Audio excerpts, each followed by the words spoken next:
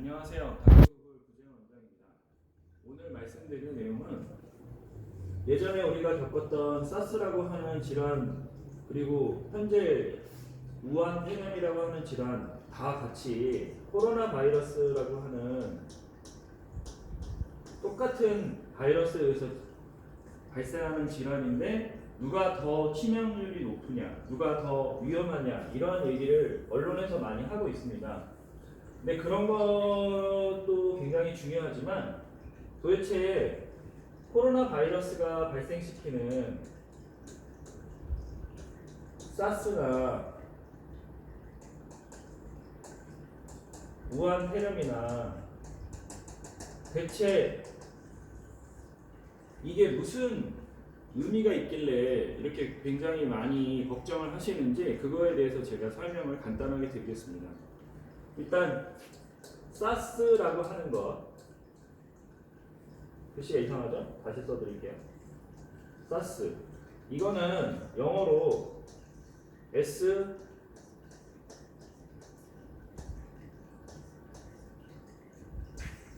요렇게 얘기를 합니다. 그래서 이렇게 얘기하죠. SARS. 그래서 이거를 SARS. 그러면 다른 건 다 필요 없고요. 이 S자만 알면 돼요. 이게 무슨 말이냐? S 이 SARS에서 이 S는 심각하다는 뜻입니다. 심각하다. severe. 그러면 이 ARS는 뭐냐? 폐가 기능이 저하되어 있다는 얘기예요. 그러니까 심각하게 폐 기능이 저하되어 있다는 거를 그냥 사스라고 얘기를 했던 거죠. 그리고 이 사스하고 동일한 현상이 지금 우리가 걱정하고 있는 우한 폐렴이에요. 그러면 심각하게 폐 기능이 저하되어 있다. 이게 무슨 말이냐?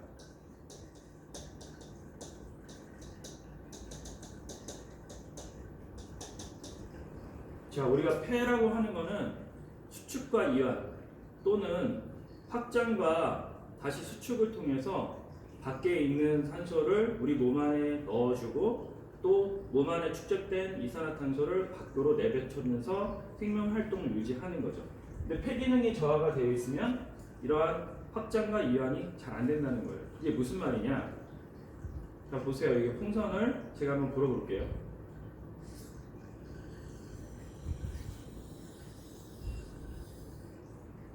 자, 이렇게 풍선을 부는데 이렇게 확장이 될 때 굉장히 팽창이 잘 되고 이완이 잘 되면 폐 기능이 굉장히 잘 원활하게 유지가 되고 있는 거예요. 근데 이 풍선이 굉장히 딱딱하거나 아니면 풍선으로 들어가는 공기 입구가 굉장히 좁아져 있거나 아니면 이 속에 뭔가 내용물이 많이 차 있으면 압력이 많이 증가되어 있기 때문에 잘 확장이 안 되는 거죠. 되는데도 시간이 오래 걸리고 잘 확장이 안 되니까 충분하게 산소가 잘 안 들어가는 거예요. 근데 이게 아까 얘기한 것처럼 시비어라고 하는 것 자체가 되면은 이거가 이제 이 폐라고 하는 요 공풍선이 완전히 딱딱해져서 수축과 이완이 아예 안 되는 거죠. 그러면 우리는 산소를 외부 대기하고 주고받을 수가 없는 상태가 되는 거고 그렇게 되면 생명 활동이 지속될 수가 없는 거예요. 근데 사스라고 하는 것들은 또는 우한 폐렴이라고 하는 것들은 우리가 호흡기를 통해서 전파된다고 우리가 생각하고 있기 때문에 그 사스라고 하는 또는 우한 폐렴이라고 하는 코로나 바이러스가 우리 폐포 안에 들어갔을 때 우리 폐 안에 들어갔을 때 그 폐 안에 있는 그 물질들이 뭔가 비정상적인 염증 반응을 일으킨다라고 얘기를 하는 거예요. 자, 그러면 제일 중요한 얘기를 이제부터 할게요. 제가 말씀드린 이런 폐를 부풀렸다가 수축할 때마다 우리의 산소가 들었다 나왔다 하는데 이 폐를 조그맣게 단위를 나눠 봤을 때 이 폐 안에는 이러한 작은 고무 풍선들이 수십만 개씩 굉장히 많은 방을 갖고 있어요. 이걸 페포라고 하죠. 그리고 이 페포를 통해서 산소가 들어가고 나오고 이 페파와 연결되어 있는 모세 혈관에서 산소가 들어왔다 나왔다 함으로써 우리 인체 기관이 산소를 공급받는 거예요. 근데 이런 풍선들이 다 딱딱해져 가지고 못 움직이는 상태를 제가 아까 얘기한 대로 ARS라고 얘기를 하는 거죠. 그래서 어려운 얘기는 빼고 그럼 왜 얘네들이 못 움직이게 됐냐?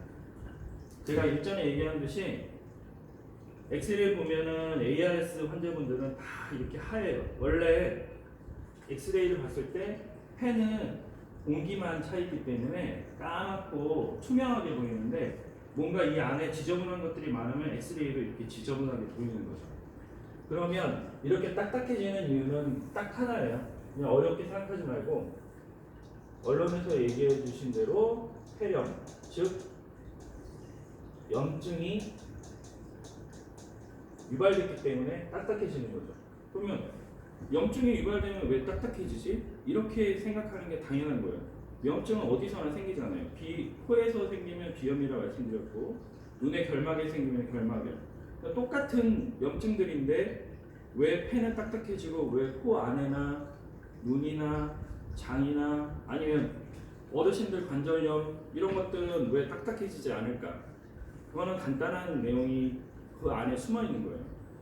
우리가 염증이 있을 때는 아프기만 한 게 아니라 이 염증이 있을 때는 우리 몸의 분비물이 증가하게 돼 있어요. 분비물이 증가한다는 것은 아주 쉽게 얘기해서 우리가 상처가 났을 때 거기에 염증 반응이 일어나면서 조금 지나면 진물이 이렇게 흐르는 걸 볼 수 있는데 이 진물을 분비물이라고 생각을 하면 되는 거죠. 근데 이 분비물들이 이 풍선 안에서 점점 증가하게 차오르는 거예요. 그래서 제가 풍선 속에 뭐가 들어가 있으면 불 때에도 굉장히 잘 안 불어지고 확장이 잘 안 된다 말씀드렸잖아요. 그래서 이 페퍼 안에 이렇게 진물들이 보임으로써 이 안에가 폐 전체가 점점 예전과 같은 신축성이 없어지는 거죠. 그리고 분비물이 많아지니까 산소가 들어가는 길이 이렇게 페퍼가 있다면 이 안에 분비물들이 쌓이고 산소가 들어가는 길이 점점 좁아짐으로써 이 안에 있는 크기가 점점 쪼그라드는 거예요. 즉, 이 안에 있는 공간이 좁아지니까 방이 만약에 큰 방에서 점점 작은 방이 될수록 안에 있는 가구들끼리 그 다음에 책상들끼리 거리가 가까워짐으로 해서 움직일 수 있는 우리 공간이 협소해지잖아요. 그러면 어쩔 수 없이 우리는 잘 움직이고 싶어도 딱딱한 상태가 되는 거죠. 그래서 그 딱딱한 상태가 유지가 돼가지고 폐 전체가 기능이 많이 떨어진 것.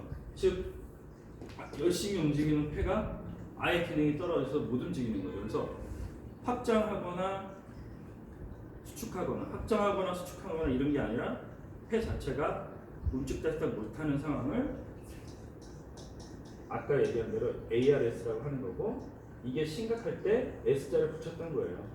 그러니까 우한 폐렴도 별게 아니고 사실은 사스하고 동일한 네이밍이 되는 거죠. 우한 폐렴이든 사스든. 그리고 그냥 그걸 제공하는 원인 제공자는 코로나 바이러스라고 합니다.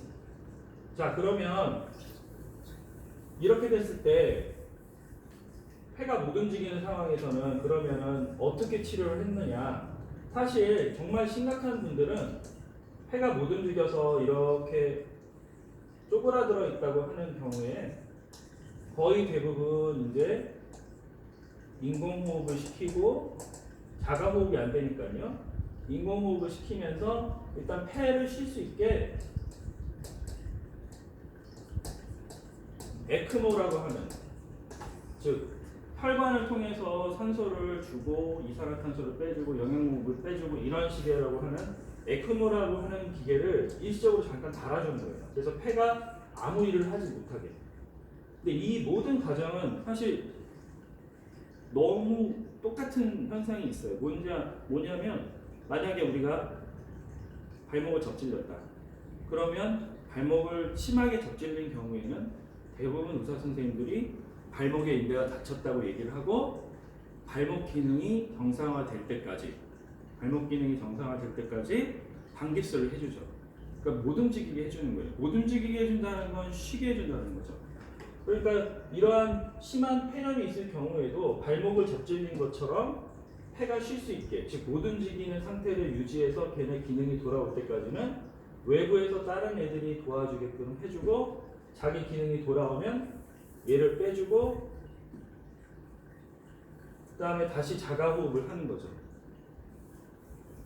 그러니까 폐렴의 치료라고 하는 게 사실은 아주 특별한 치료가 아니에요. 약이 그냥 항생제가 들어가고 그 다음에 자기 스스로 돌아올 수 있게 염증이 가라앉는 약물을 투여하고 그래도 안 되면은 외부에서 다른 장치를 통해 가지고 폐가 쉴 수 있게 시간을 벌어주는 거죠.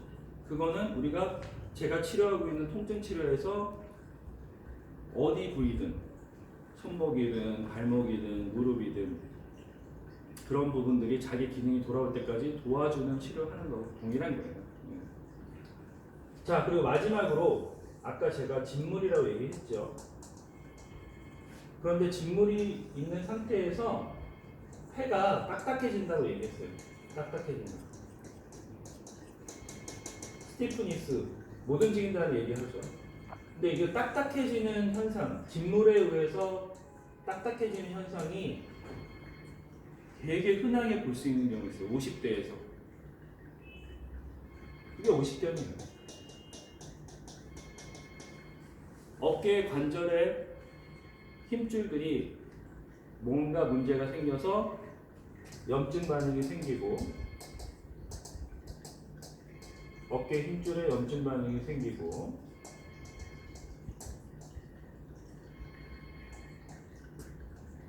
그 염증 반응이 관절 주머니라고 하는 어깨 관절막이 있거든요. 그게 여기 있는 페퍼하고 똑같이 페퍼 주머니하고 똑같은 거예요. 그래서 관절 주머니 주변에 염증이 확산돼서 진물이 나오고 그리고 똑같이 딱딱해져도 못 움직이는 거. 그게 바로 오십견이라고 얘기하는 거죠.